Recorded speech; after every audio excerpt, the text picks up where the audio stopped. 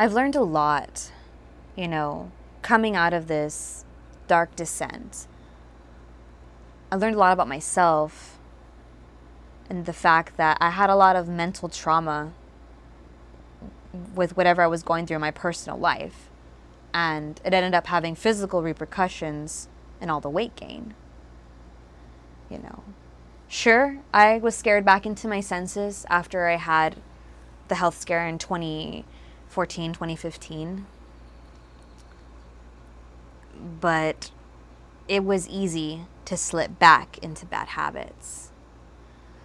In 2015, my partner and I were having some issues still, and I had moved back into my mom's house. I started going back to school, still working the retail job.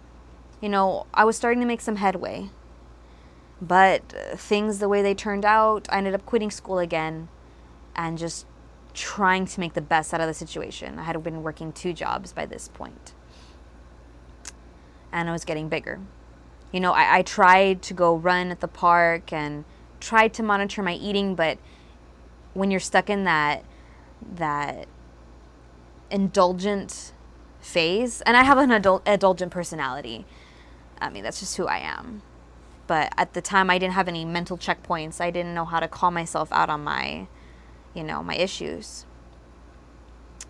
I just let it keep happening with a lot of other things that shouldn't have been kept happening.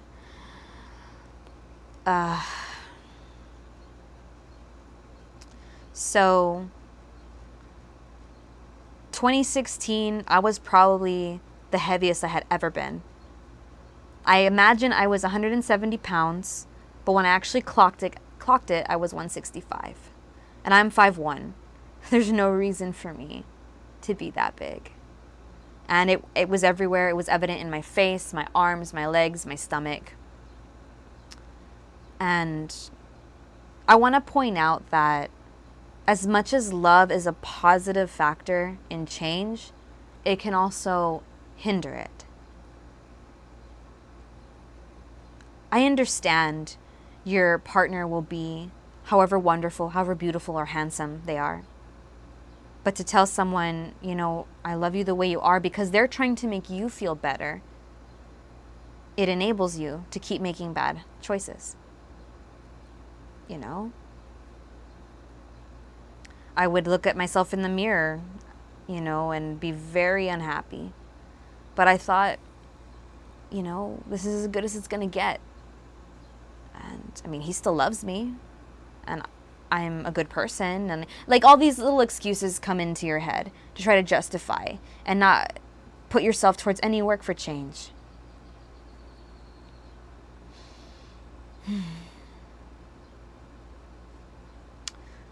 Our problems kept escalating, and I kept running to food. No control over anything in my life. In 2017, we finally separated. So, on top of everything else, I had a new trauma to overcome and try to take care of myself and win myself back. And I didn't realize how much damage had been done to my mental state. And then physically again, I got sick. The same thing. I didn't enjoy Halloween 2017, or was it 2018? I didn't go out at all. I had the sharp pain again, and I was starting to panic, and panic just doesn't translate well to your body. And I went to the doctor this time because by this time I had gotten into a better job. I had health insurance, so they gave me some medicine and they did a sonogram. And they told me, yes, you do have potential for the gallstones. And I was like, I can't be doing this again. I just can't. I don't want to be like this.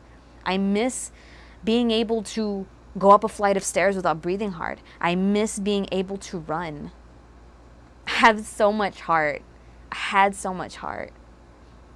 But my body wouldn't take me where I wanted it to go because I wasn't helping it. So at this point, I was really scared. I ate whole grain tortillas. I would make veggie tacos and just not even have animal products because I was that freaked out. I didn't want to have surgery. I didn't want to be that sick anymore. So I was like, you know what? I'm going to try a little bit harder. I'm going to make some effort. And I did for a little bit. I tried to get myself out there, más o menos every day to the park.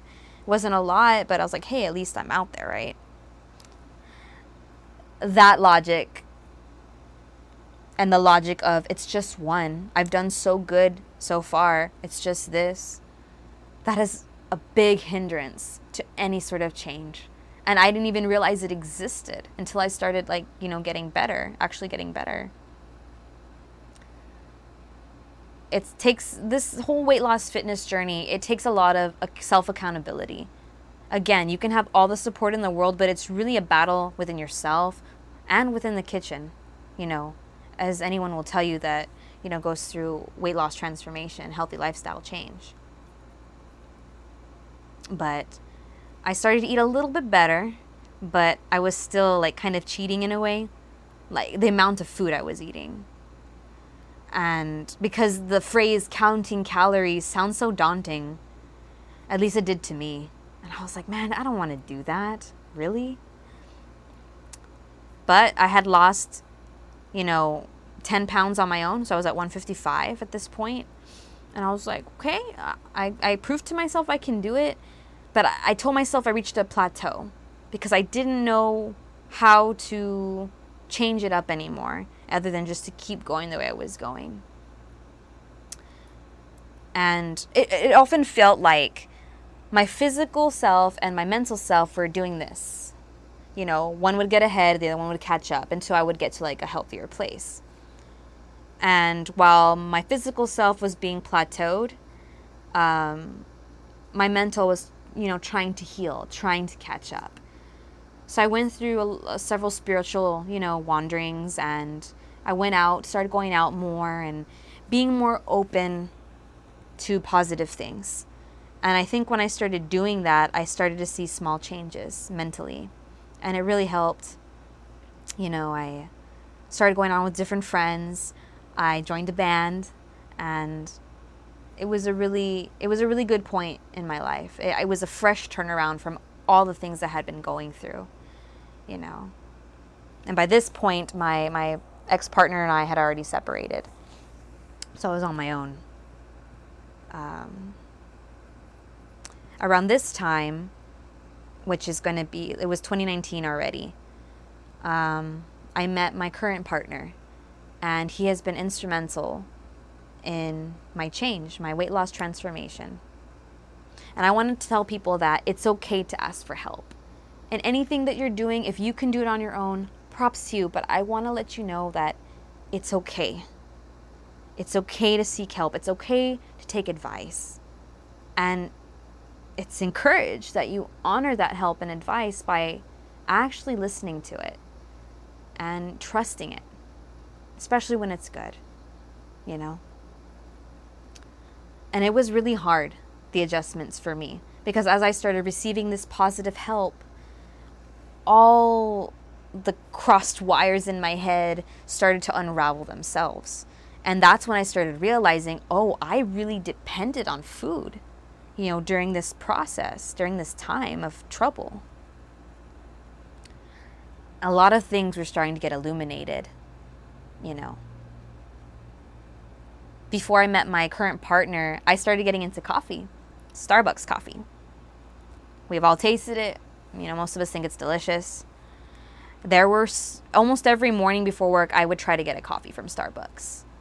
And it wasn't just the black coffee. It had its sugars and its whipped creams and all the fancy stuff. And I don't think people realize how many calories those drinks have. You just basically ruined your whole morning. And then on top of that, you're going to eat, and maybe it's bad food, high calorie food. That doesn't do anything for your body, because you can have high calories of protein and veggies, but when I started clocking all my food in a calorie counter app, that's when I started to be more accountable.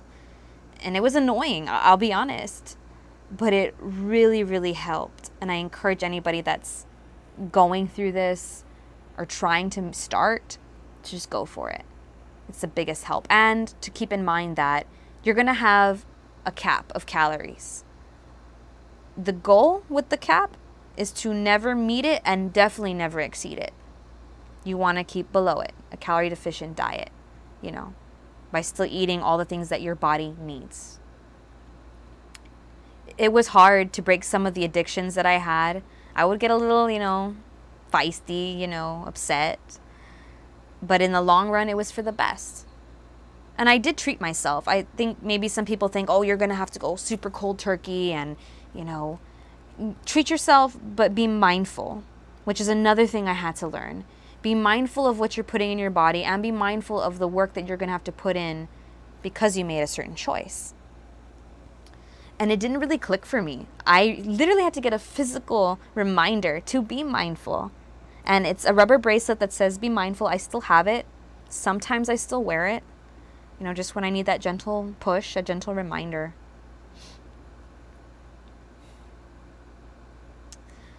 And throughout the physical changes, my mental was again changing, how I viewed myself. And it broke my heart when I remembered how I used to see myself. Looking in the mirror and remembering that expression on my face. Or remembering what I went through. I just want to shake myself and say, baby, what are you doing? But you think you know what you're doing. You think that that's love. Love is what you know it to be. And I didn't love myself enough to step up and say, no, I don't want this anymore for myself, for my relationship, for my job. I wasn't there yet. Going back to 2019, I started meal prepping also. Never been a big cook, like I said. But there's a certain satisfaction that comes with making your own meals. And it just makes me feel good that I'm taking care of myself. Another thing I want to point out is, for me, the weight kind of came off pretty quickly. And I guess in some timelines. But you can't spot train. Like, of course, we all would love, I want a flat stomach, or I want less fat on my arms. Your body's going to do what your body's going to do. Just be consistent. And I was. Almost every day I was out there working out and making the best choices for myself. So many times I'm refusing things at work, oh, we've brought in cookies, or it's somebody's birthday, here's some cake. And it's like, no, thank you, I'm good, thank you. I had to do it. I had to do it the way I did it because I was so afraid of slipping back, which I had done prior.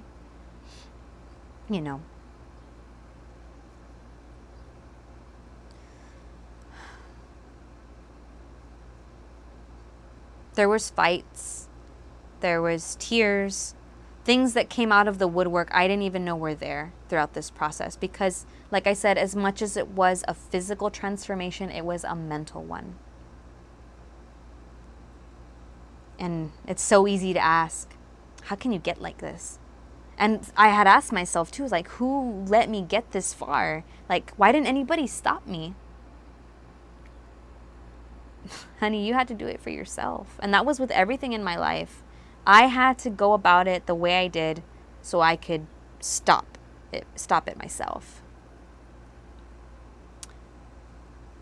And I got to a place where I was more healthier than I had been in a really long time. And it felt good. It feels good when you can ask your body to do a certain thing and it can take you there. No hesitation. It feels amazing to look in the mirror and not well up with tears because you're so hurt on the inside that you hurt yourself on the outside.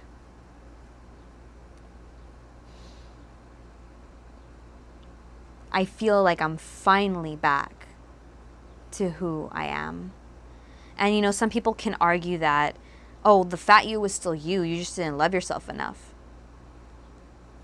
The fat me wasn't me because I was so unhappy. The Andy before, like in high school, you know, that was me, my spirit. Underneath all the layers over these past years, she was there, suffering, and meek, and almost given up. But she's come a long way, and I'm super proud of her.